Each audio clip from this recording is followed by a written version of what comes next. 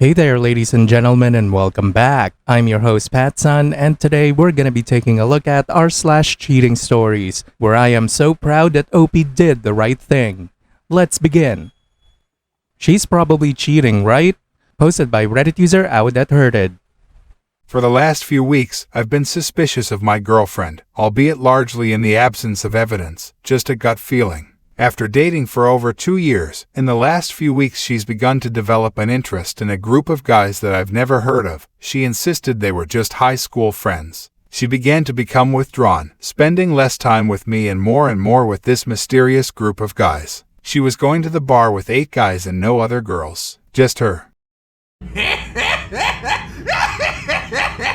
I became uncomfortable with her going to the bar late at night, and I expressed it to her. As you can expect, she asserted that I was being insecure and controlling. I accepted that and laid off. Last night, she went out clubbing with them again. I, in my paranoia, watched her location religiously. She went bar hopping until about 3 in the morning. I then saw her leaving the final club of the night, and I assumed she was headed home. Then, I proceeded to watch her pull into some guy's neighborhood, and completely shut her phone off so I could not see her location, nor send her texts or calls. She did this after already staying out far longer than she said she would, and with no prior notice that she was going to a man's house, drunk, at 3 a.m. She stayed there with her phone completely off for an hour and 30 minutes. Her phone only turned back on when she began to leave the house and come home, which seemed awfully convenient. I, unable to sleep, waited for her to walk in the door to see what story she was going to try and spin. She immediately told me that her phone shut off by accident, which is obviously nonsense. She's an Apple user. I told her I believed she had cheated on me. Then she brought up that 2 years ago I made an off-colored joke about her dead grandpa in a Discord chat that didn't include her. Obviously, that was wrong. She was never supposed to hear it. It wasn't even particularly offensive in my taste, but it just seems like a cop-out.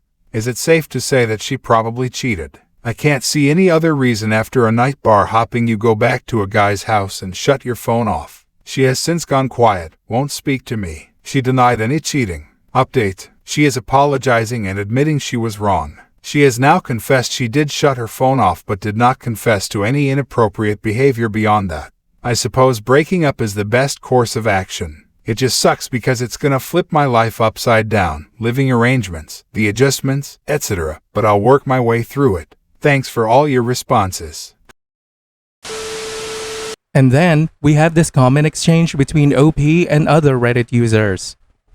She cheated, mate. There's no ifs, ands, or buts about it. After bar hopping, another man entered your woman for 90 minutes. Sorry for being graphic, but I want to be crystal clear. She's cheating. Dump the gaslighting pause and move on. You are only 21. You shouldn't have a hard time finding her replacement. Good luck and stay strong, pal.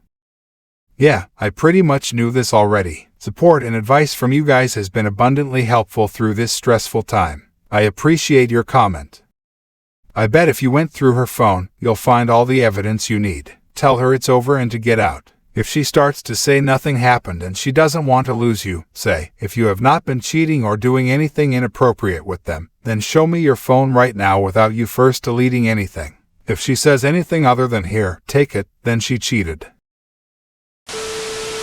An attorney's dream case, My Parents versus the Bank. Posted by Reddit user Campfires and Conifers. In 1973, my parents had enough money to build a little ranch house in the country. The small bank in town approved the mortgage and the bank signed a contract to give Bob the money to build the house. Bob, as it turns out, was overbooking himself all over town, leaving his clueless minions to do the actual work. The build took longer and longer, with more and more work having to be ripped out and redone. We're not talking about using the wrong color paint or nailing up some wonky trim here. The architect forgot to fully erase a line on the blueprints and the framers built a wall through the bathtub. My mother was told don't put anything heavy in the kitchen cabinets, because they were attached to the drywall, not the studs, using a few roofing nails through the back of each cabinet. The garage door opening was framed into the living room instead of towards the driveway, and so on. When the bank's representative showed up for the final inspection, my parents met him in the front yard and refused to sign off on Bob's work. Then the representative became angry, as the bank had paid Bob a lot of money. He strode to the front door and pulled on the doorknob, whereupon the entire door, casing included, fell on him.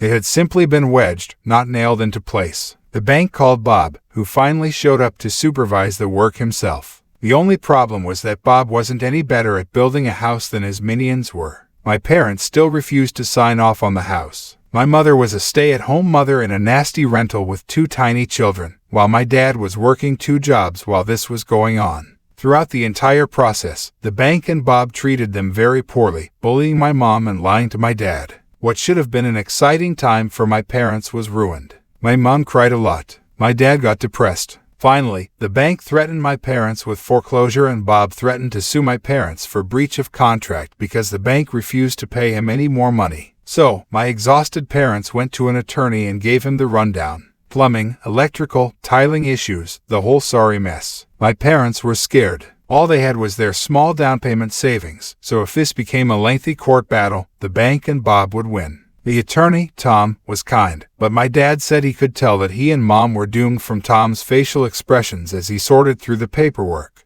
Then, abruptly, Tom smiled. "Let's get everyone together for a meeting," he told my parents. "Tomorrow." So my parents, Tom, the bank's representative, the bank's attorney, Bob, and Bob's attorney met at the bank. Tom didn't give anyone else time to begin. He said, "Well, my clients have decided that they no longer want this house. Please remove it." Everyone else started to laugh. "Remove it? Have you lost your mind?" Tom, in a sweeping, theatrical gesture, placed a deed on the table. "My clients own the land the house is sitting on outright. They no longer want the house. Get the house off my client's land." Bob's attorney stared at the deed and then turned and stared at Bob. "You built a house on land you don't own." Bob nodded. The bank's attorney started yelling at the bank's representative. "You didn't finance the land the house is on." The representative stammered, no."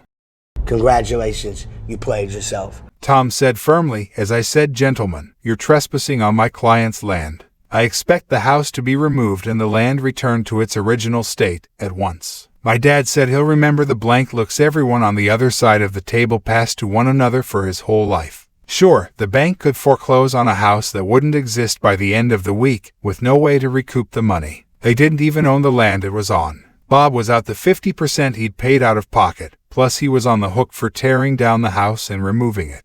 On top of that, the bank would undoubtedly want him to repay the initial 50% they'd given him. Could they have gone after my parents? Sure, a foreclosure would have meant bad credit for my parents moving forward. They might lose their down payment. But to sign off on the house in its condition at that time would have meant thousands and thousands of dollars in cash to replace and repair everything from the roof to the basement before the house could be safely lived in. The bank knew my parents didn't have that kind of money. They're the ones who approved the mortgage. Suddenly, my parents were good people. It was all such a misunderstanding, and the bank and Bob couldn't do enough for them. The house was brought in line with the original blueprints and specifications immediately, at no extra cost to my parents but at considerable cost to Bob.